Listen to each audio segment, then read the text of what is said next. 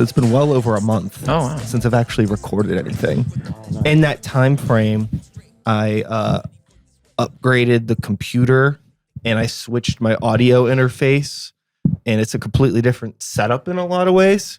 So if it seems like I don't know what I'm doing, that's the excuse. Okay. Okay. Nice. But to keep things in a punk rock mindset, because that's kind of what we're going to be talking about a lot today, who cares about doing things right? Exactly. Am I right? Yeah, we were like 15 minutes late. Make some noise. Understatements on the show. Hello. Insert digital applause. Hi. So before we get started with everything, introduce yourselves to the lovely world. Let people know who you are and just a little bit about your band. I'm Sully Dunn, and we are from a band called Understatement. Yeah, I'm Bala Rice. Also from Understatement. Yes, Bala Rice from Understatement. Yeah. That's my From where? Tight. No. So the kind of music that you do, I believe it is a self-described party punk, right? That's what it said on your Instagram when I looked at it last. But, you know, in all fairness, you are a pop punk band, I think. I think that's fair. That's fair, right? Yeah. Okay. So the hot question, Machine Gun Kelly, a problem or a savior? Probably neither. He just exists. Yeah. He's definitely not a savior. Probably not a problem though. The reason we use that label party punk is because it's like its own genre. It's not, so there's no stigmas that come with it. Because, you know, pop punk or any kind of punk has like, you associate other bands with it. And we, as much as we get compared to Green Day, we still try to be our own thing. Totally. I like mall emo to describe our Mall sound emo. better. Yeah, that's a good I think one. it's a little closer. Yeah, Like, whenever mainstreamified. I version. used to describe normal creatures to people, because much like maybe the way you feel about pop punk, I don't like saying Normal Creatures is a rap rock band, because there is, you know, sometimes people, like when people might compare you to Green Day, people are going to be like, oh, like Limp Bizkit. Yeah, And I'm like, Limp Bizkit. not really, Yeah. you know? So what I've said to people, I always say it's hip hop for people that used to be mall rats. Right. Yeah. So we're very similar in that way. Anything with a mall is good. Probably. Yeah, malls have good music. What I used to say our genre is we got bored and this is what happened. I think that's it. That's how I used to describe it.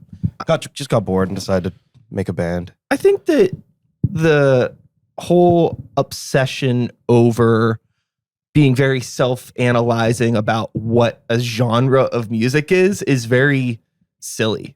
I think it just needs to be genuine. Mhm. I mean, sometimes it helps to be like, yeah, it's like punk or it's R&B, but when you start getting very defined, like we are ambient shoegaze, blackened doom, death metal, you know, it's like, Yes, of course. shut up. Yeah. You know? Yeah. So Yeah. you're doing your thing, you're having fun, Our you're lots of making fun. music with your friends. Exactly. What's next? Are you trying to be like a real band? You know? We are a real band. We're almost a real band. Well, almost being less of a real band. I like it's real bands playing venues, and when we play in venues, it's usually not as fun. And it's not as good of a show. Compared to like basements. Compared That's to the where we basements. thrive. Totally. That's where the people are. Will show up for any band. So I would like to be a real band though, but just playing more real basements would be nice. So the question then is, what does being an air quote real band even mean in 2022 in a somewhat post-pandemic, depending on how you feel about that, / social media charged world? You know, how do you interact with all of that stuff? And what do you think being a real band even is? Well, I think a real band, well, when you said that, I know what you meant. As a joke, I was saying we're a real band because we're in a band and we make music and play in gig.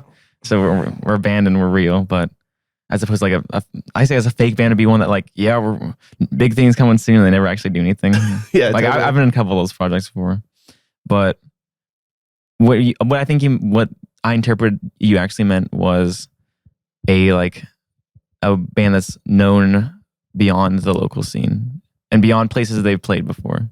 Not even so much that, honestly. I think whenever I say like the concept of a real band, it's just like, what is the intention of the project? Because it's like, it's one thing to get together with your friends and have fun and do stuff, but it seems very obvious that you're putting yourselves out there with really cool branding and good photos, doing music videos, and like you're trying to introduce this thing that's just a friendship thing to the world.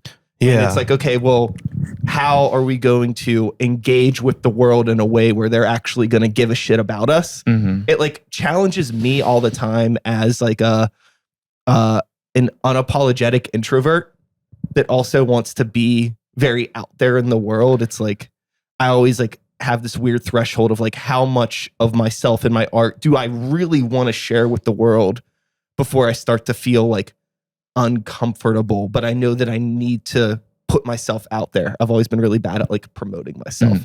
So I think like the idea of being a real band is like, how willing are you to like really put yourselves out there, whether it is like local or beyond local? Yeah. So one thing we've noticed with other pandemic bands, we call them, like bands that formed during the pandemic and have started playing since things started opening up, like Feeble Little Horse and Tough Cuffs. We actually all played at the first reopening of this house venue called the Rothko together, all three of us. They like, we all started basically at the same point, and they like both surpassed us pretty far so far. And I think surpassed us a lot. Yeah, I think a big reason for that is they have albums out, and we have not yet done that. And so I'm the graphic designer of the band, and also like do most of the management. So I'm like, right now I'm getting the CD and vinyl designs done and all that.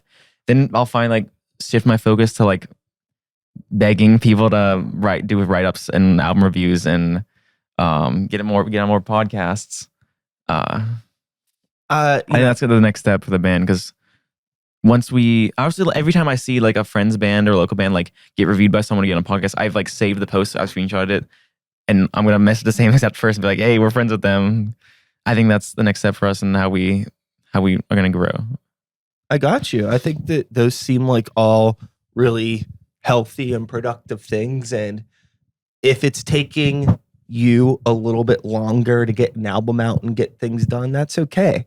There's no need to rush art. I think that's one of the things that has been really toxic about the introduction of the like social media culture into art culture, because everybody feels obligated to be putting themselves out there every day. And sometimes art just doesn't work like that. I mean, just because like somebody can genuinely write fucking 5 songs every week or something like that doesn't mean that you should, if that's just not the way that you create, you know? Well, sometimes too, like if you want to put out like a certain quality of product, because it seems like you're putting a lot of time into everything and money. You're doing and money, right? That just some of it. It's worth it sometimes to just not rush that stuff. Yeah. I think we weren't with some bands, like you mentioned, like, you know, writing 5 songs a week. Our issue wasn't writing songs in time. Like we had an album's worth of music done from our first show. We played like 11 or 10 originals, and there's 11 tracks on the album and one's on the cover. So it was just the fact that we like switched studios midway, and then it was a problem of like getting enough studio time. And then our music engineer, John Steckard, is doing a great job. He like got sick with something that like ruined his hearing. Then right after that, he recovered and got COVID. So like there was a huge gap in the winter, like in the middle of our album, that we couldn't like work on it anymore. Yeah. So we like initially hoped to get it out around Sully's birthday on January 26th. Like we started recording in the fall, and it just got delayed a bunch because of all that.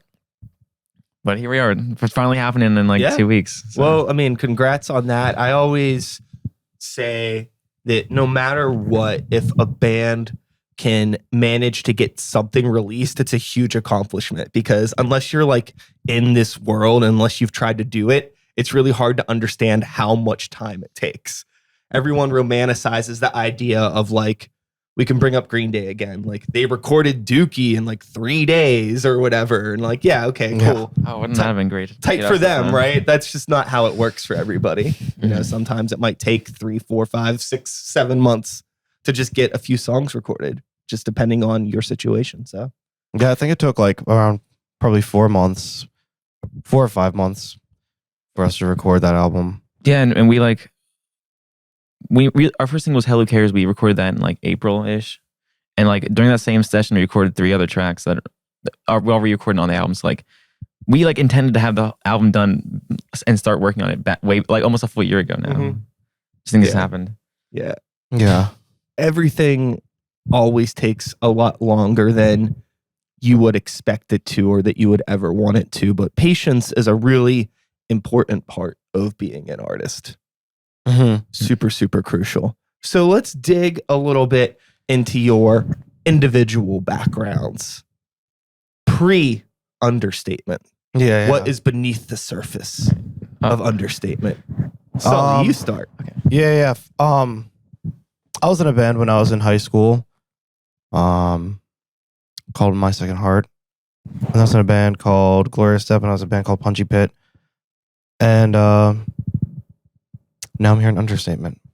So with you in playing like instruments and doing vocals and stuff, like what started first? Like instruments or wanting to do vocals, or was it like kind of symbiotic? I think I got that. I think I like got an acoustic guitar when I was like in 8th grade or whatever. Had lessons for a year, and then me and my friends heard a couple bands and wanted to form our first band. So I decided to write some songs, learn some covers and Has stuff. it always been like in the like rock punk sort of realm of music? No, not even. I feel like I was in a band that was very like Strokes Okay. at one point. So still like rock focused then. Yeah, it's always been rock. Guitar music. I was in a folk punk band once, so it was like acoustic. Yeah, and Had the washboard. and your like album you put out in like 2019 is more on the country side of things, right? Almost, yeah, more like It's like it's country. things It's like just bluesy. changed when I Yeah. decided to put distortion on everything.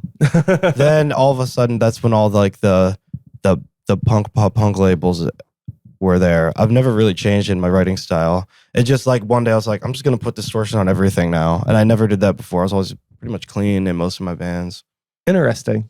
Yeah. Cool. So then with that being said, what was your relationship to maybe, for lack of a better term, we'll just call it like pop punk prior to you turning on a distortion pedal? Did you listen to a lot of it, engage with it, or have like you found yourself digging into it more now that you're unintentionally starting to kind of contribute to the creative Contribute bubble? to it. Yeah. Yeah, that's what happened. It was later, probably in like 2020, where most people found a lot of those bands when they were like a child. Totally. Yeah. For me, it was just a bunch of them at once that created Understatement. I've always liked Green Day though, but it was like Fall Out Boy, Paramore, Simple Plan, MCR, some other lesser one, Newfound Glory. Yeah. All those Yeah, bands we're that named came- after a New Pink Glory song. Yeah, all those bands came to me at once, and that's why I decided to create this band, Blink. I didn't know any of those bands' music before, when most of my peers have. So it just ended up that way, where something I found myself interested in way after everybody else.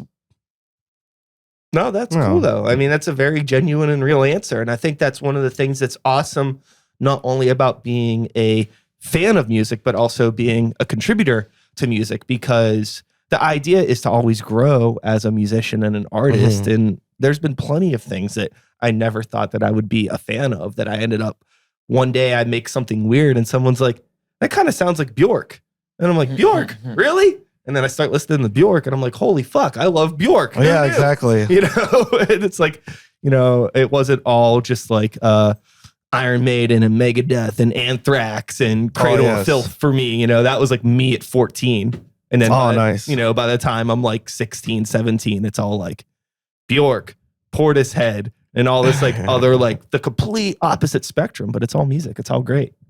So It's my turn. Okay. it's your turn. Yeah, I relatively new to music. I think a lot of people you talk to, they say like, yeah, I started playing guitar when I was 10. I I play guitar until I was about 17. I got my first guitar. And for most of my life, I actually wasn't a fan of music. I like was a big gamer in high school, middle school, big Nintendo gamer. And so most of the music I would listen to at the time was from video games for a long time. And animes too. And what broke me out of that was an anime called JoJo's Bizarre Adventure, because the writer of that manga was a big fan of Western music and classic rock bands, so he named his characters like Red Hot Chili Pepper and like Zeppeli after Led Zeppelin and like John Paul, the Beatles. And so like it would be like videos like on YouTube, like every music reference in JoJo's, and I like recognize these songs like Immigrant Song of Led Zeppelin. It's like always on the radio and all that. And because that's when I got really big into classic rock. It's from that anime. That was when I was like a senior in high school. And I like moved on from that since. And it was really easy at the time because my family is full of musicians. Like my dad was a big like hardcore death metal guy. Always going to shows. My stepdad's a DJ. My sister was in punk bands since she was like 14. Interesting. And so like it was really easy for me to get into it. Like my family was super happy to like I was finally coming around to it.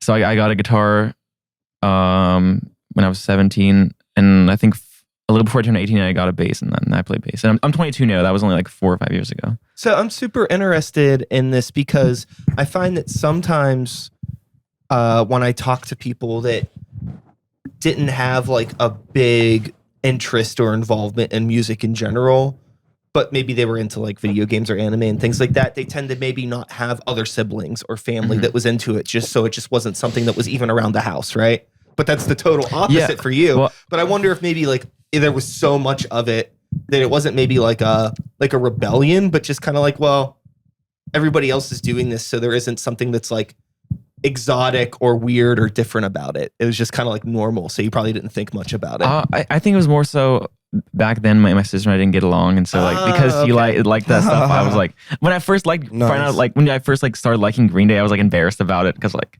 the songs just like in my head and like enjoy them. Like I can't enjoy them. My sister likes them and she's cringe. Oh no! Yeah. Then you told the story about how you're like, you guys were like listening to Arctic Monkeys CD in the car once. Yes. And you like found a song you liked but didn't want to tell anybody. So I wrote it on like my 3DS like notes app. It was like track 7. Shamed. It was like all you people are vampires. It is shameful for sure. So that's lame. So funny.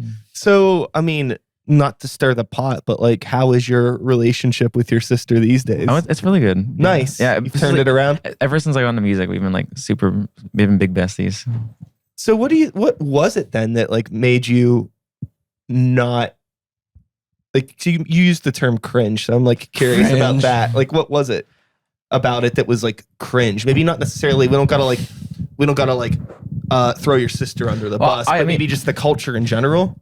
Yeah, I don't mean that anymore. Like I don't feel that same way. I understand. It was like, but I'm just like at the time, like what your like younger brain was like. Right, what was going on in there? Interpreting things, you know, just like emo and like the worst way. You know what I mean? Like Hot Topic, vampire emo. Sure. That's why I think I interpreted it back then. But like my sister does not shop at Hot Topic. She's like the trendsetter that her shit like appears at Hot Topic months after she's done it. Sure, yeah, I totally get that. Yeah, that's happened to you too. Yeah, I know. I wear these like not today, but I wear these like red plaid pants, and like people like recognize me by them because I'm always wearing them at shows too. And then you like put the suspend. Yeah, I hang suspenders like low. And then there was like a whole rack of them at Hot Topic like that summer. Mm-hmm. That's the exact same ones, but like just 20 of them. That's what the Rice family does. Yeah. So, you know, it's interesting now that like, you know, coming around to finding, or just like maybe not even finding that you like music, but being willing to like accept it and get the guitar and get into it. And now I would say you're very much a rock and roll persona now at this point, even in just a few years. I guess it doesn't take long for the transformation to happen. Yeah, no. Right. But now you're obviously very much embracing it. Yeah. And do you find that you still engage with video games and anime and that side? Is it still a part of you? Yeah. So another thing I forgot to mention is like that was in the transition of being a gamer to being a musician was Guitar Hero. Like that shaped a lot of my music taste early on too. Totally. And I'm still like, I did this mobile game very recently called BeatStar, which is like similar thing, but it's only 3 buttons and it's like a lot of pop songs. And I'm still like a fan of like anime and all that stuff. But I forgot what I was gonna say. What was the question again? I was just asking, like, how much do you still engage with the video games and the anime and all that stuff? Yeah, I remember I was gonna say it was unrelated to that though. Okay, tight. Another thing, my this all happened like when I was a senior in college and then a freshman in high school, and the other round, senior in high school, freshman in college, and like because of that, I was like in an all new like group of people. Like all of my friends from high school were going out of the city, and so like I didn't make a lot of friends in college. I went to Point Park University. All my friends from that era I made going to local shows pretty much. And then that's helped us as a band like get booked shows like really early on, is because like everyone in the scene, like not everyone, sorry, that's an overstatement. A lot of people knew me and like knew I was chill and like I was always hanging around. And so they were like happy to like offer me a show because I've always been supporting them. Mm-hmm. And so like shows kind of filled that gap that was left when all my like friends from high school, like I stopped being in contact with them. That's the thing I started like devoting my free time to. Yeah, I had a very similar situation where in high school, I was very much into video games and anime, but I also liked music a lot, but I didn't have any real way to like make it, right? With the exception of making like silly beats on a computer and me and my friends writing joke rap songs about robbing banks when we were like 15, you know what I mean? That was the closest thing I had to music at the time. But towards the tail end of high school, I kind of like my whole friend group transitioned and like everybody moved away, college, work, all this sort of stuff. And then like around that same time, I started like getting into making music seriously and started like playing shows and just like changing my environment. I got like so caught up in all of this that like music just became my life. Exactly. And then like over time, I found myself engaging less and less with the video games and the anime now. And it's come back around, but like I just got like really sucked into it. But I still feel like I still relate really to myself as like when I was like 17 or 18. I still feel like the same person, and I'm like twice that age now. It's interesting. I feel pretty different than how I was a couple years ago. Yeah, yeah. You know, also I just remembered like I also don't. Now that I think about it, I don't watch anime or play games as much as I did because I just don't have the time anymore. Like that, like starting a whole series with like 100 fucking episodes or like a game that's like a campaign that's 40 hours long. I don't have time for that. Yeah, it's really hard for me to like justify making the time for that. But it's also interesting because you mentioned that you feel a lot different now than you did when you were like 17, 18. Yeah, and even like from when I was 20, like my other band, Little Gunpowder, we just played at the William Pitt Union at the University of Pittsburgh, and like that was like the first time like in an actual like college since I graduated, and even from like back then, like I was pretty afraid of like I wasn't like in a band back in college yet. I was just still like I was just in the like the scene, and so like I just like didn't express myself the way I wanted to back then. Like I was like scared to wear like any sort of like eye makeup or like crop tops or anything like that, and I dress a lot more like androgynously now too. And it was like very interesting that it was like, damn, like if I like looked like this back in college, I would have been balling so hard. Yes. With the band now and playing shows, you're a part of your local community, the basement scene. You're doing a lot of stuff. You're getting ready to release a record. Once you start getting your name out there, you start contacting these people that do reviews, and you start maybe getting on some blogs and doing all of this stuff. What do you think is going to happen if the response is not what you're hoping? How do you take criticism? Okay, I wasn't thinking meant like the response being like they ignore us, or the response being either. They'd like say it's either. If you're ignored, or if it's people are like, fuck this.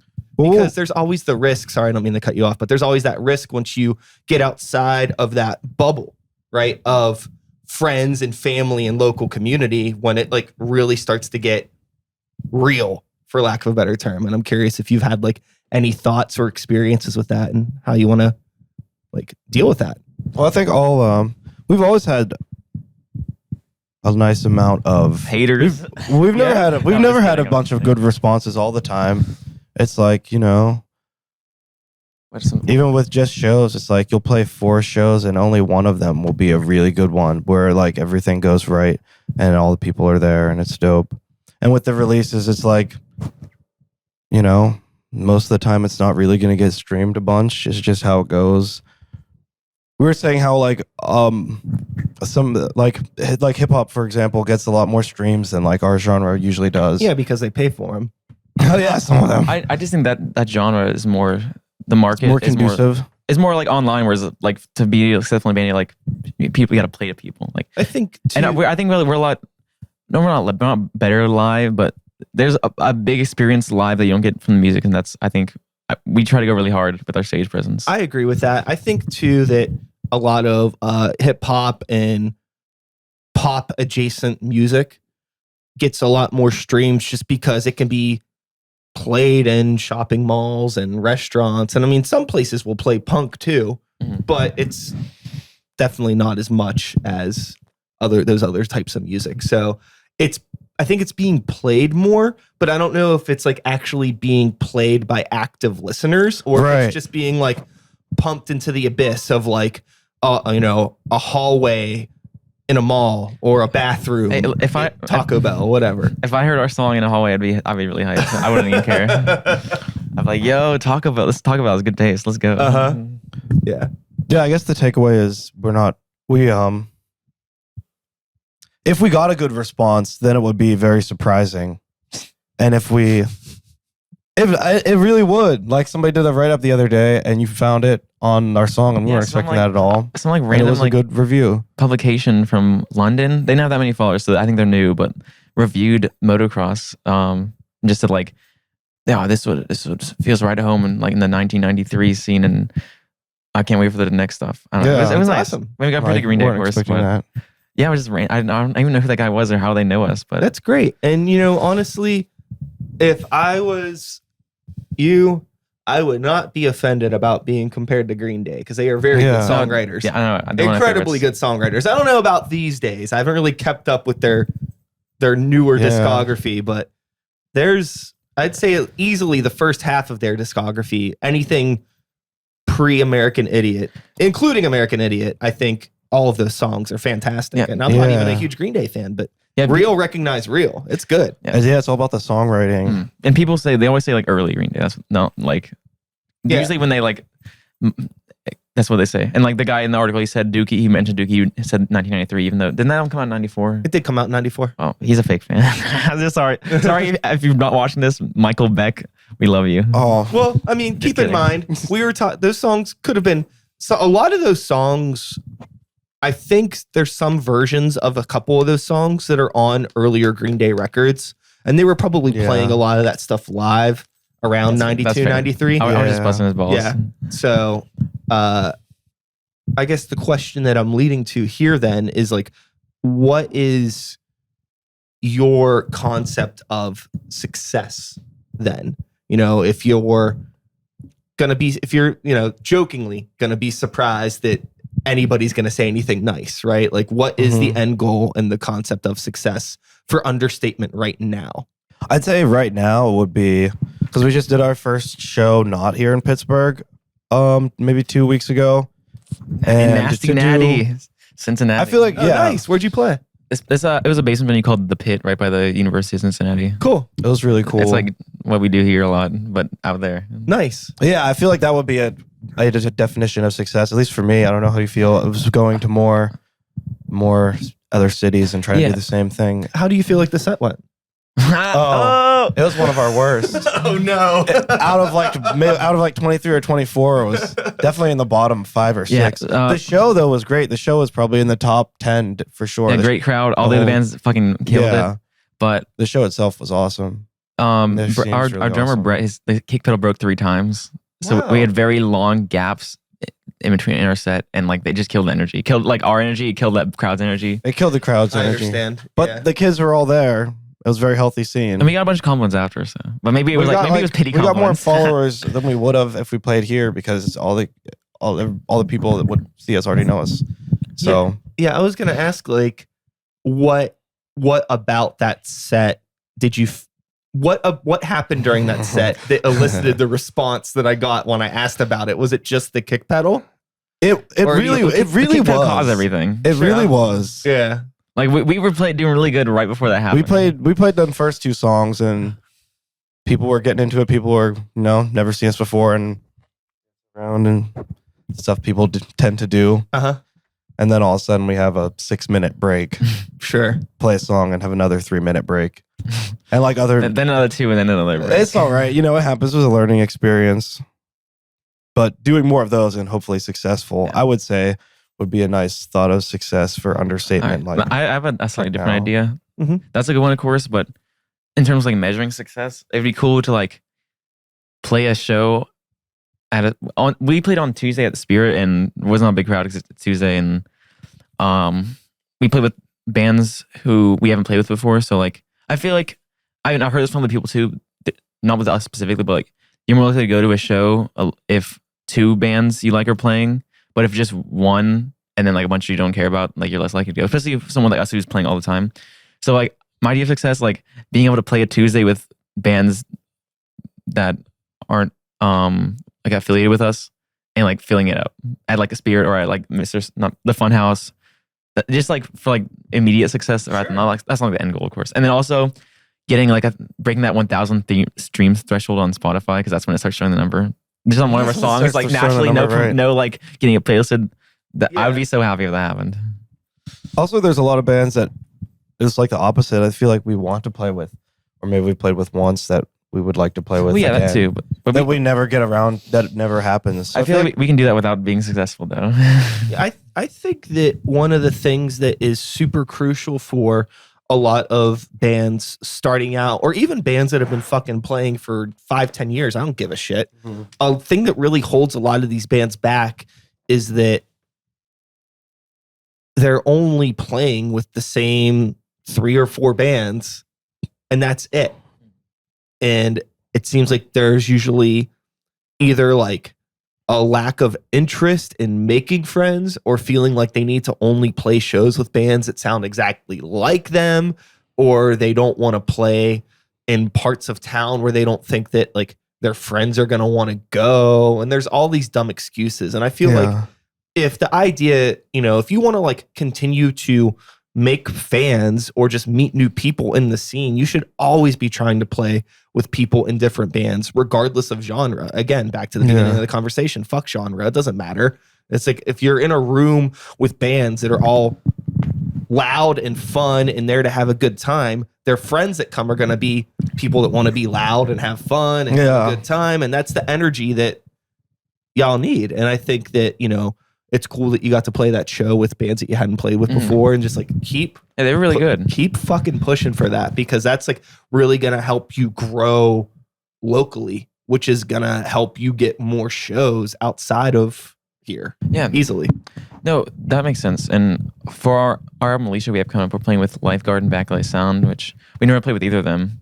And I think it's going to be good like crossover, especially with the Backlight Sound, because Sully's like roommates with one of the band members, and like I used to go to like all their shows. They were like one of my favorites, and so like I feel a lot of like Backlight Sound fans who we both like seen around at their shows are finally going to get to see Understatement. Yeah, from that. And I'm expecting this to be. Plus, none of the Basement kids have really seen them. Yeah, also that too. Like it works both ways, because like the scene who always comes out to the Basement shows is going to be exposed to Backlight Sound and Lifeguard for the first time. Maybe not Lifeguard. They played the Bass Box once, but so that's a good example of a mixture of bands. Yeah, that's a hip hop band too. I know them trashy sons of bitches very well. Mm-hmm. Yeah, I went to that. I think it was their last show at the skate shop, the One Up. It was good. It's a good show. I had fun. Yeah. I haven't seen them perform in a while. Actually, the last time I saw them perform, we did the live stream from I remember that for them. So I guess I got a little private show. Hey, there you go. We recorded our first 4 demos there, and then I sent them around to other people and to find somebody to make the final versions. Yeah, but we started in that studio. Yeah, no, the way that happened, the way we found the studio we're working at right now, Razor Blade Recordings. Our friend Zach, who's in Catatonia, he was recording with him. He's recording Solstice. Their album just came out in February, and Hello Cares came out, the original mix, and he showed it to John Stecker, and John thought like that's like his bread and butter type of music. He loves like poppy punk. Yeah. And so he's like, he loved the songwriting. He thought the mixing left a lot to be desired. So he offered to mix us for free, and we liked it so much. We're like, let's go. And we used a metronome. We had to do it without the metronome the second time. Yeah. Sounds too, I don't know. So when you re-recorded it, you recorded it without click track, is what you're telling me? Yeah, which I feel like is more standard most of the time. I feel like most bands just kind of play it and then keep the drums and go over it. Yeah, I've never been in a band that hasn't recorded to a click track. Oh, But interesting. Also, like, actually, no, that is true. Even when I was in a punk band, we still recorded to a click track. But everything it's just different types of music. Like for the kind of music that you do, if I was recording you and you were like, I don't want to record to a click track, I'd be like, cool, as long as your drummer's good, I don't give a shit. Oh, Let's our do it. drummer's great. And he's the best. Yeah. For John, it was more like we didn't like ask like no click track. He thought that was the best thing to do. Because he like swears by the like slightly sloppy like punk lifestyle. Like Sure. so it was that, and also like any like mistakes like that we made, John's like, leave them in. It's no big deal. No one's gonna notice, and it makes it feel more natural. Yeah, no, I think that I definitely get behind that, and it seems like y'all had a good experience doing that. So Yeah. keep it going. Definitely. I find myself in this weird push and pull as somebody that likes the raw human element of music. We were talking about this before, how sometimes it's better. You feel in a way that it's better to like see your music live than to like listen to a song, right? I feel like it goes both ways, because like our music just sounds better recorded because there's a lot more layering to it. Yeah. But you're just missing out on an aspect of us. The visual energy, Yes, right? Yeah. Unless it's a bad show. That's then true. it would be better to just listen to it at home. There's no 6-minute interludes on the record with Yeah. a kick drum pedal getting fixed, right? But I think that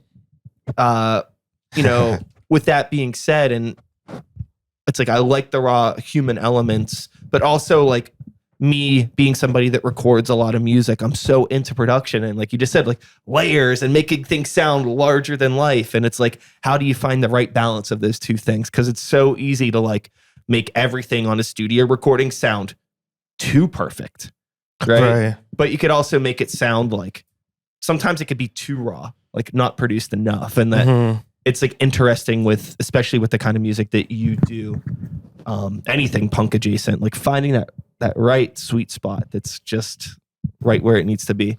It helps to have somebody that understands the genre, like you found. Exactly. That's so key. It's like getting a tattoo in a way, where it's like, if somebody specializes in just, traditional old school tattoos, you're not going to go to them for like a photorealistic portrait, right?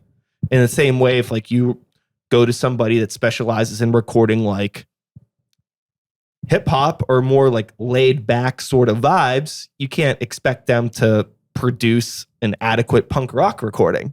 Right. They'll definitely come up with something interesting. It's nothing against like it's just people are good at different things, and you got to find the person that like can really pull out what you're trying to do. The specific thing that you need. We really looked out in that way, I think. Totally. Yeah. And another thing with the layers being added to the recordings, we like wrote harmonies for the album that we didn't do live, and then because of that, now we do them live. Yeah, it did help our performance a little bit. Yeah.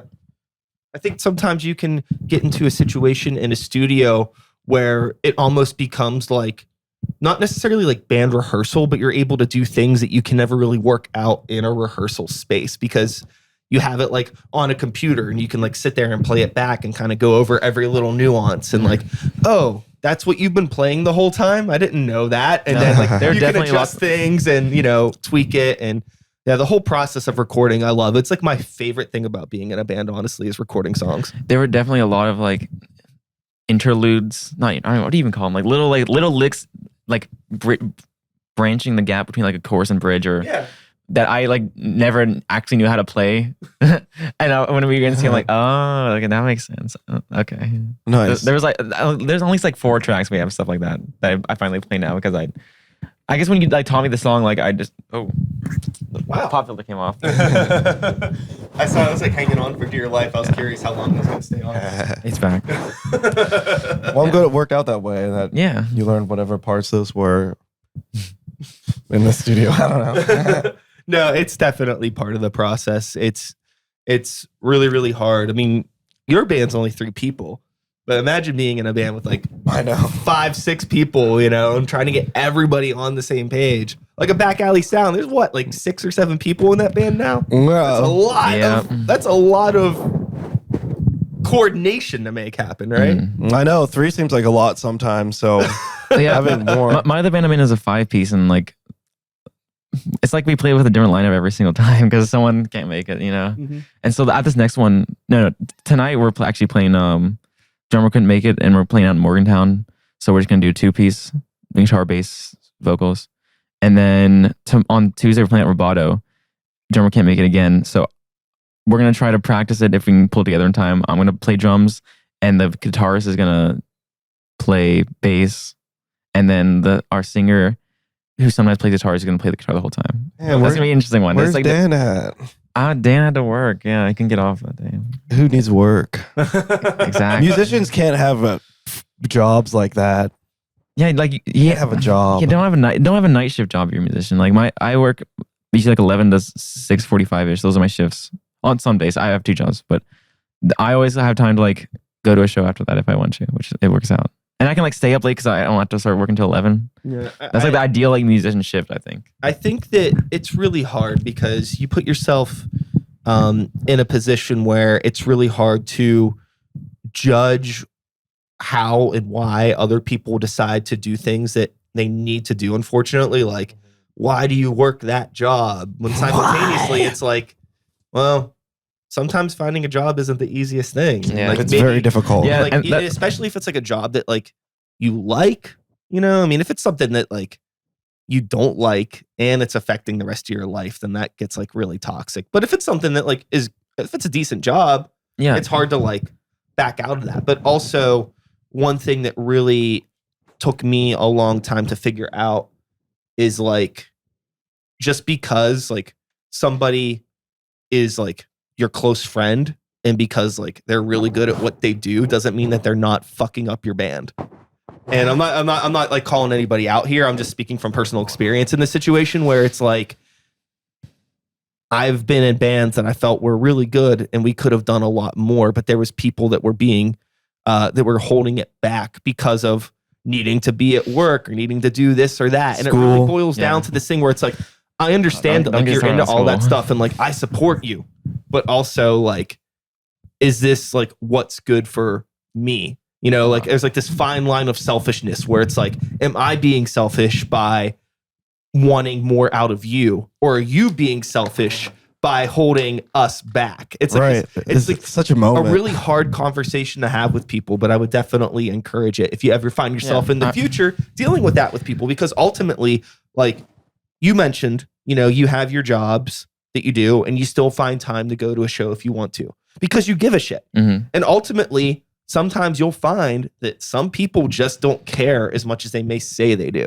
And if you ever get an inkling of that, call it out immediately. Okay. Don't get stuck being in a band for 5, 6, 7 years with people that don't give a shit when you could have been like really kicking ass.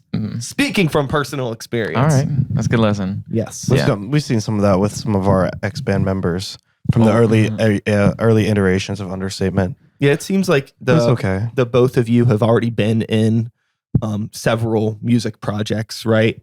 Yes. So regardless of those still existing or not existing, I'm sure you've dealt with this to some degree already, probably. Yeah. I'm real quick. I just want to defend Dan real quick. Oh, I'm not. That's why I was saying I'm not trying to call out Dan. I was like, you don't got to. It's wasn't trying to call out like that person. It's just one of those things that like it made me think about it, and I was Yeah, just we're like, just talking about it. It's, Yeah. not, it's literally not. definitely not. That's why I was like, I'm not calling anybody out. Yeah, Just- it's okay. It made me Yeah. think about it. His job is literally like right across the street from his house. Totally. That's what I said. You have, And a good, we make it work. It's you have like a good job. You got to make it work. we're we're like a flexible band with how we play, you know. Yeah, absolutely. Like before I joined, they're called Little Gunpowder. Before I joined, it was just a 2-piece. It was Tony and Dan, and then some shows it was just be Tony, and now we're a whole ass 5-piece. So we can make where it's flexible. It's no big deal. Dan's a great drummer, and Yeah. we love him when he can come out, and if not, we make it work. Yeah, I think that, it's important, also too, like I said, like being in a band with people that you care about and people that, you support and they support you and you make things work. I mean, that's just part of being an adult and navigating relationships in general, regardless of if it's like a band or a partner or a coworker. In some ways being in a band is kind of like all of those things. It's like, are you my brother? Are you my boyfriend? Mhm. Are you my, like, what are we doing here? Yeah. Like, there's all this like crazy engagement that you have with all of these people that you're in bands with. And it's a very like personal thing. I think that music is like, not to be like dramatic, but there is something that's like kind of like romantic and intimate about like creating art with other people, right? It's like a very That is vulnerable nice. thing. Yeah, it is really nice. It's definitely a big sacrifice. Mm-hmm. Back to the job thing. Oh, we've put so Had much to more have- money in this than we got out of it. Yeah, I've lost And so it's gonna much be money. so from much being more an when you order understatement. vinyls. The vinyls are going to be like 1,600. Yeah. But hey, I just lose money because I can't go to work a lot of the time. It's like I can't go to work because we have to do this, or we have to do this, we have to do this. uh-huh. So I'm just an Uber driver, so I just drive around. So whenever we need to do something, I just won't go to work. And we just do a lot of things, so I'll miss a lot of key days, and like, I know my life would be a lot financially easier if there was no understatement. But then there would be no point to it, though. Yeah, totally. I think that, you'll find a way to make it work if you give a shit. Right? Yeah. And it seems like you're making it work. So Yeah, just that's, continue to do that. The line is drawn. Some kids can't cross over and become broke musicians for X amount of time, and some people do cross over. I feel like I'm one of the ones who crossed over. Dude, I started really doing music right when I graduated high school. Like I started playing shows and I started recording a lot more music, recording music for other people, doing all of this stuff. I was like 18, 19, 20 years old. I'm turning 37 this year. And I really just started making real money doing this maybe like 2 years ago. That's awesome. How'd you manage that? What are you doing differently? It's Tell us your secrets. All right, Bala wants to know. I think that it is, I mean, I've been working full-time in the music industry. This seems like really dramatic to say, for about a decade. Like my full-time job is I work for a record label and I help people put out records. I help manufacture records. This is what I do. And, that job makes money. It's been paying the bills for a long time, but it's been very much just like paycheck to paycheck to paycheck to paycheck. And really the only thing that has changed is being patient and just like letting those gigs get bigger and bigger and bigger to a point that like now I'm able to like make enough money that I'm like, oh, like good, I'm comfortable. It's not a paycheck to paycheck thing anymore. I'm not rich by any means, nor would I ever want to be. Being rich seems like a hassle. That seems like I just don't want that issue. But like now it's like, hey, if I want to go out and get some pizza and a couple beers with my friends, I can. On music, that's amazing. Yeah, I don't got to sweat having a Netflix bill every month. This like just like the little things, right? But like really the only thing that I could say that I did was I just didn't stop. Yeah. I just kept doing it. And, there's been times that were way rougher than others, like selling half my record collection, all this, Disgusting. to like pay for things, like all this stuff that you got to do. But like doing like graphic design for bands that I didn't want to do, working, jobs that I didn't like, working 3 jobs I didn't like. I worked at there at one point in time, I worked at Starbucks, Hot Topic, and the Exchange Oh God. all at the same time. That's like the quintessential like millennial stores. all Totally. three. It was, These exchanges over. and I still had no money. Very. It always works You like know, like it was crazy. But yeah, just don't stop. And just like as far as like the band being profitable, because that's a different thing, right? Like the money that your band makes versus the money that you're gonna make personally, it's gonna be a very long time before those are the same thing. But like with I play in a metal band called Greywalker, and the band itself is very financially successful. You know, when we started that band, we all put in maybe like $150 to get some t-shirts made. And ever since then, nobody has ever had to pay for anything for the band. Damn. It's just a matter of like, you get sick merch that's going to speak to the people that are playing that you're playing shows with, right? Like, even if somebody, it's like, I always think about when I'm like getting a t-shirt design, whether I'm designing it or I'm like hiring somebody to do a design for us. It's like, this shirt needs to be so sick that even if somebody doesn't like your band, they're going to want it. Oh yeah. It's like, you start thinking more like, it's kind of like weird, but you have to think more like a designer and less of like a band, right? Yeah. It's like a whole different ballpark, but like you can make enough money for the band to be successful off of merch as long as the merch is good, and have a lot of merch options. Don't just have like one t-shirt and like a sticker and some buttons. Be flagrant. Get like 4 or 5 designs. Okay. You know, Okay. never print anything that's not on a black t-shirt. Yeah, that's one of John's rules. He's like never ever do a non-black shirt. But white though. The punks will White's never the buy only other anything that's one. not black. White with black text is nice. White with black, you can sometimes get away with. No, It depends on the design. it does. But for the most part, that's the thing. Keep it simple. Keep it simple. It's the cheapest thing to do, because that's the thing too. Like, say you get like a 2, 3, 4 colors design shirt. It's more expensive to manufacture those shirts, but you can't really sell them for more money than you would sell a black and white t-shirt for. Yeah. And most people that are into punk or rock or guitar music, they just want a black and white t-shirt. It looks great. Very true. It's cheaper to make. You could sell it for the same amount of money. Your return on investment is much higher. Now I sound like a stockbroker or I something. definitely understand that. And I think that's a better thing to do. And you know, don't be afraid to like shop around for like getting different things manufactured, as far as like t-shirts, buttons, stickers, CDs, vinyl. Look around. Feel free to ask people questions. Feel free to ask me questions. And the biggest thing, and I hate saying this out loud, just because somebody is local doesn't mean they're the best option for manufacturing your product.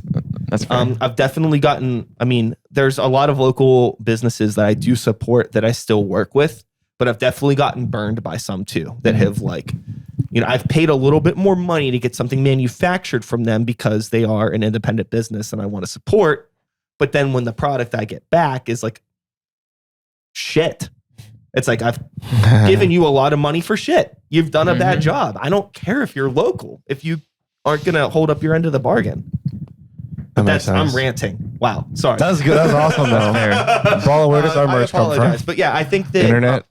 Whatever the cheapest thing, and that prints very quickly on the internet. That's why I picked our shirt designs, because I wanted to get I just done a nude one for the shirt, and people like that one. Like my roommate, he was brutally honest with me. He was like, "Yeah, the shirt is really cool. I didn't buy the last one because it sucked." in nicer terms, they said that. But yeah, I wanted to have the shirts ready before we went to Cincinnati, and so I just found the place that was cheap and also the printed fastest, and we got them about like $8 a shirt. Yeah, that's pretty good, and we got them in time. That's not bad. How many shirts did you get made in total? I think just 15 this batch. Okay, yeah, for that low of a quantity of shirts, that's not a bad price. I mean, you know, not to get like too inside baseball-y, but if you sell those shirts for like $15, that's like close to double profit. Yeah, we're at 15. Yeah, the last shirts took about maybe like 10 months to sell them all. We finally like got rid of them all in March, and we got them in like May or June. So Maybe 1 or 2 floating around somewhere. Yeah. There's always that was like 40. So like I didn't want to like get way too many and just have them forever. Like, yeah, just get a ton of designs. Yeah. Just get a bunch of designs. And like get like also like the way that the merchandise is displayed is huge. Mhm. Get some nice wire racks and some clips. Don't just like lay shirts That would be on a nice. table. That's what we've been doing. You know, like and we have been sitting with it. I feel like we'd be Oh, you better need- selling yeah. merch if Yeah. we stayed with the yeah, merch. you gotta get like a nice display that's lit well. Have somebody that's sitting with the merch. It's like always. always. Why is it half the time it's on a laundry machine? It's like on a, it's Yeah. literally on like different laundry machines in different places. Get It's like, get a nice table or something. You know, just like there's ways like the presentation is everything. Okay. And it's like you have a nice enough setup and you're in a real club. You could probably sell a shirt for $20. That's pushing it. And no, that's pretty like, standard. The thing is, It's a good night. I felt like really gross about like upping the price of my band's merchandise for a long time, but it was like, this is the only way that we're going to continue to be a band. It's like the price of gas is twice what it was.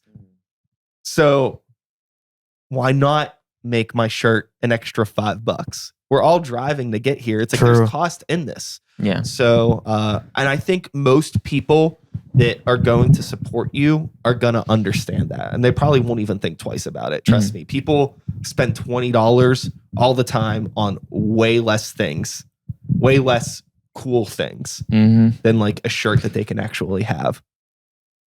Right. Yeah, that makes sense. Sick. So, Sick. Big you merch got an album talk. coming out. Yeah. When is that coming out? It's the April 15th. Friday. Yeah. Friday, April 15th. So I'm actually going to upload this episode tonight. Okay. Right on. So this will be up tonight, in a couple weeks. The album's going to be available, I imagine, on all of the streaming services. Everything. Yeah. Everything. Mm-hmm. Spotify. I just clicked all the boxes on DistroKid. There you go. So tight. Bandcamp. Yeah. Spotify and Bandcamp. Apple Music. SoundCloud. SoundCloud. We're gonna be a called- SoundCloud rapper band. It's called Get Away with Murder. That's going to be a good album, I think. I like it. I think if you listen, I listen to to it it for fun all the time. if you get like really high or aren't in the right mood, you're like, this is not it. But then you'll listen to it at the right time of day, like a nice 4 p.m. or 5 p.m. It sounds really good around that time. No, I swear. you It's a really good album, I think.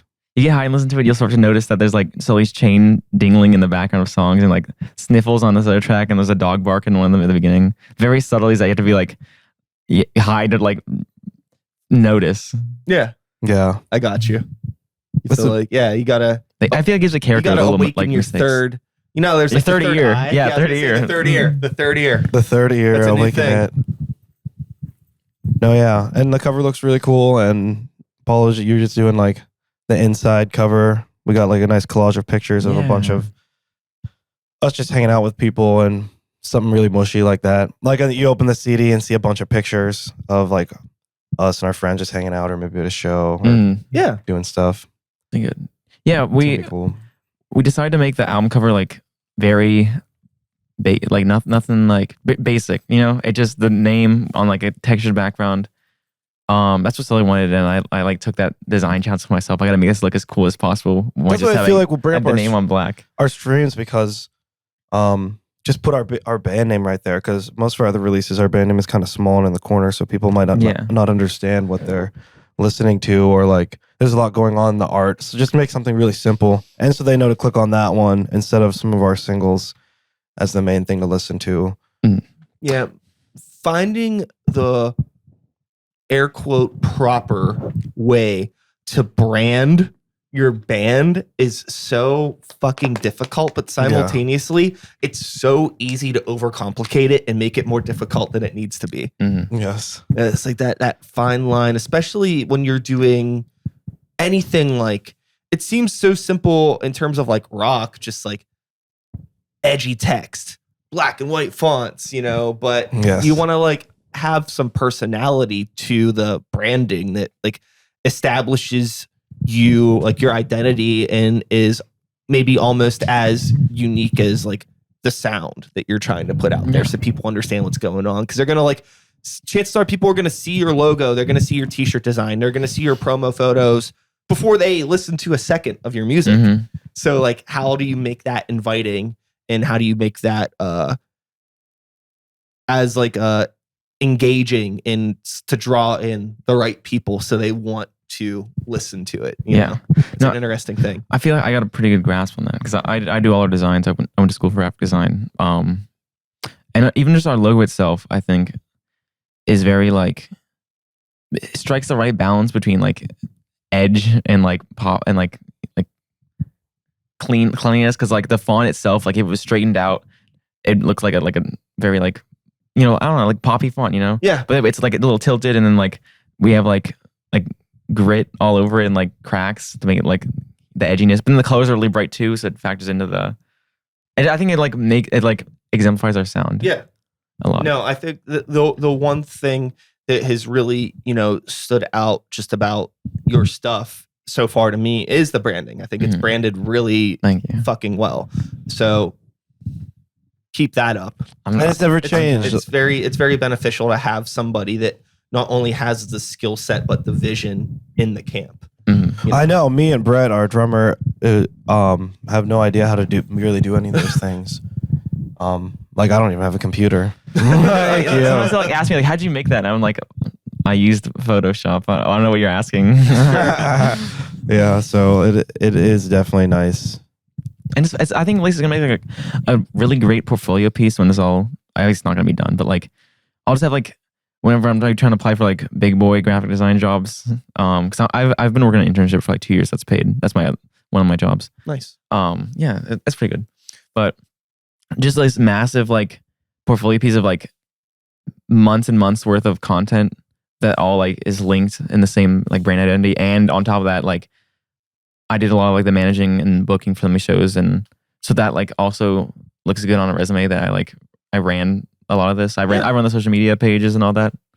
So and it's fun to do. Like I love graphic design. That's why I chose to go to college for it and why I wanted to be my career. But yeah, I just like to spend my free time like let's work on more album stuff. Let's make a fun little graphic for the social media. Yeah, there's always something out new to make, or you find something new to make. Yeah, even if we didn't even talk about it before. Most of the time we don't.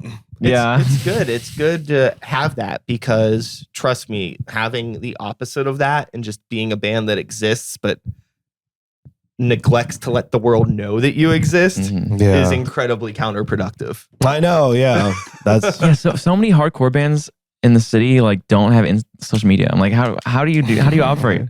I wish like I guess I can just talk to these guys and ask that, but I haven't done that yet. Yeah, I think that they like share the flyers on like their personals. I think that's how they do it. But it'd be like helpful if like they had maybe it's like not punk to have Instagram. I don't know. I'm maybe not punk enough. But. Well, I think that there was an interesting time when like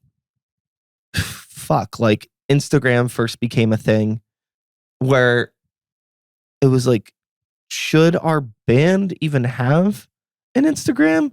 Should a band have a Twitter? You know, MySpace made sense because they actually had like MySpace music for bands to make accounts. And then Facebook started doing like the brand thing. So it was like, okay, this kind of makes sense. But now it's like you're put on the same pedestal as like Coca-Cola and like Gerber. No, go baby food. Baby food. Whenever like, you know, you're trying to promote your band. And like, oh no, it always felt so weird. But you start seeing other people doing it. And it's just kind of like, oh, well, I mean, everybody just kind of like blindly follows suit. But I think with like the hardcore community, I think a lot of those scenes, you know, there's places where they have shows regularly. Yeah.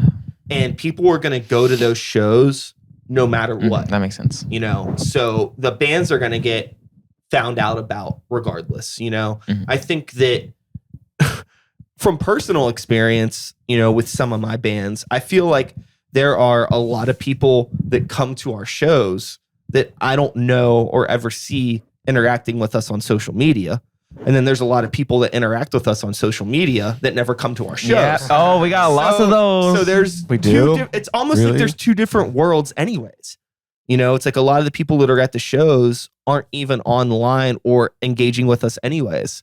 So for me, social media is just an opportunity to at least maybe get our band or brand or whatever known to some people. Even if they're not going to come out, they'll at least know who we are. Yeah, at least they'll And stream the music too. That's still power in some way, right? And so I think maybe there's just some bands that aren't interested in engaging, or they don't need that side. You know, they'll just take the people that are coming to shows. Yeah, I think I was thinking of it as a matter of convenience, like to tag them in a post, and like they don't have to like socialize, just like post all your flyers in one place so we know what's coming up next. You want to like remind people and like link to all your music, because sometimes it's like hard to track these bands down. And like, yeah, I mean, is there a choice of it? You know? Yeah, there's a band that it had been a while since I had played any shows with a band that had zero social media, and then it finally happened. We played with a band from the middle of PA called Faux Fear. My band Some Faith played with them. And you're in Some Faith with Indigo. Yeah. Nice. Yes. Right on. I didn't realize that. Yeah. Right on. Surprise! No. But we played with Faux Fear, and they have zero social media. Mm-hmm. Absolutely none. And they were like touring. How's that work? I don't know. How do you contact venues on social they're media? just like they sent us an email. Oh, email. And then we got asked to play with them again in July, but we can't do the July show. And it was like really interesting, where I think that my assumption maybe with this band, because they're a newer band, I think that they have contacts to tour because they've been in other bands. That makes sense. And I think right now they're just testing the waters and trying to build up a following before establishing any social media. So once they do, it's all like really good. Like they already have a fan base that's ready. There's not going to be like, you know, like you may go back and like look at things that your band posted like 2 or 3 years ago, and you're like, oh, why did we do that? They're never going to have that. Mm-hmm. If they decide to, you know, start. I think that sometimes it's maybe just like, what is the digital footprint of your band going to be? Like, you know, there's live video of my bands from like 5-6 years ago that I'm like, woof, but it's on the internet now, right? There's a digital footprint of us, and like that stuff isn't going to go away. Yeah. And it's interesting to think about it like that. I was actually just last night looking at our band's like Instagram story archive, and we kind of did the opposite of what you just described, where we like try to get an Instagram following before we play music or had anything out. Like, because I saw the post of like, hey, thanks for 100 followers. That was like before we dropped Hello Cares, before we played our first show, which same day. So yeah, just interesting that like we like accrued fans before. They're all like friends, you know, but like before we did play anything. I think as a result, our like first single like had the best first day streams of any of our music so far. We have not caught up that since. That they got like almost 100 on the first day, and like it's been like sad. The same exact thing happened. Hopefully the album changes. Hopefully get more. The same exact thing happened with Some Faith. We like announced that we were doing the project, and everybody was like, "What?" Because like we had like a lot of like, we have like 2 very different friend circles. Mm-hmm. Like me and Indigo have known each other for years, but like our paths don't intersect in a way that's like really normal. So when people saw that we were doing the project together, everybody was like, what the fuck? That's cool. Mm-hmm. So everybody was like really excited to hear the first song. And then like we dropped the EP, and it was like very much, I mean, people listened to it, but it wasn't anything like that first bump of people just being curious to know what it was all about, you know? Okay. And I wish that like I could like maintain that all the time. How do you keep people interested perpetually in what you're doing? Especially when like the only market that you have at the time to promote to is just like friends and family. Yep. Yeah. All right, well, I think that's reassuring, because part of me was always worried that like people listened to the first single, and that was before we got it mixed by a different studio, and like people just thought like, oh, this sucks. I'm giving up on this band. But if it's just natural, then yeah, I think that it's normal, and I think that if you know you continue to put out music that you're proud of, the music that you think is good, and you keep that energy with it, people are going to be intrigued by that energy to listen to it, even if it may be it might not be your friends. I find now that like my close friends are the last people to know what the fuck I'm doing when it comes to anything. Right. Yeah. Like, there's people that I don't know at all that like, you know, we've been in other cities and there's people that know what I'm doing more than like my best friends know what I'm doing. And that's they're definitely a cool feeling. right? It's super cool, but it's like as a band when you're starting out, it's really easy to think that like because my friends don't care, nobody else is going to care. You know, and you can't get caught up in that. And like people are always engaging with your stuff and seeing your stuff more than you'll realize. Like just because somebody doesn't like something or share something doesn't mean that they didn't listen to it or that they don't know who you are or that they told their friend about it. And you know, you never know. It's always way bigger than the numbers or the analytics will like convince you to believe. It's always way bigger than that. Yeah, no, that reminds me. My partner Tony told me that like showed me one of their ex's bands and was like, "This person's a piece of shit, but their band's really cool." I'm like, in the back of my head, I'm thinking, if things don't work out, I hope they show people Understatement like years from now. Yeah, hey, it's all right. You'll be like, "Oh no, are we good enough to be remembered by next?" That's funny. Yeah, it's you know, just keep putting out dope music, playing shows, and again, just like pushing to get yourself in front of new eyes and ears as much as you can. If you can't get out of town, there's a never-ending pool of local bands to play shows with. Right. You know, you could play as many local shows as you want to. A lot of people say don't play local all the time. And I get that. But if you're always playing with different bands and different clubs, there's always going to be new people to get yourself in front of. And like, that's what we did. And I think it really helped us a lot when we were starting. It's just like saying yes to pretty much everything, as long as it was a room that we hadn't played recently. And if it's with bands that we've never played with before, yes. Let's do it. Let's do it. Yeah. I feel like we even almost always say yes unless there's a scheduling conflict. Like we like did the math and we averaged 2.25 shows a month. We played like 24 since May. That's great. Yeah. Keep it rolling. We're trying. There's still that perfect bill that can. There's always a new bill that would be great that you can just imagine. Yeah, but there was that first Eden show that didn't happen. It was going to be us, Tough Cuff, Giovanni, and Antonigo. Yeah, I saw that flyer the other day. That was going to be great. Oh, someone at the house got COVID, so they postponed and we got different bands that day. But that was still good. That was a really good show. That way it turned out. Yeah, but it was just a little different because like rather than those bands are like punk adjacent, especially Antonigo, and then this one was like more like indie and math rocky. But it was so awesome, and I met Tony at that, so yay! It worked out. So Tony, April 15th, and you Tony. have a record. You're doing the release show, right? Yes. When is that? Also April 15th. Also same April day. 15th. Yeah. Where's that at? That's at the house formerly known as Bossing Say, Okay. or Bass Hardcore Gym, or Glove World, and now it's called Eden. It's on Bate Street, and that's why it's called Bass Hardcore Gym. Yeah. I can't say the rest of the address on camera, Yeah. but If you know, you know. DM Understatement Band. No. If you know, you know. If you don't know, you probably shouldn't be there anyways. No, I'm if you don't joking. know, you should be. Everyone should, be there. Yeah. Yep, front with Back Alley Sound and Lifeguard. Cool.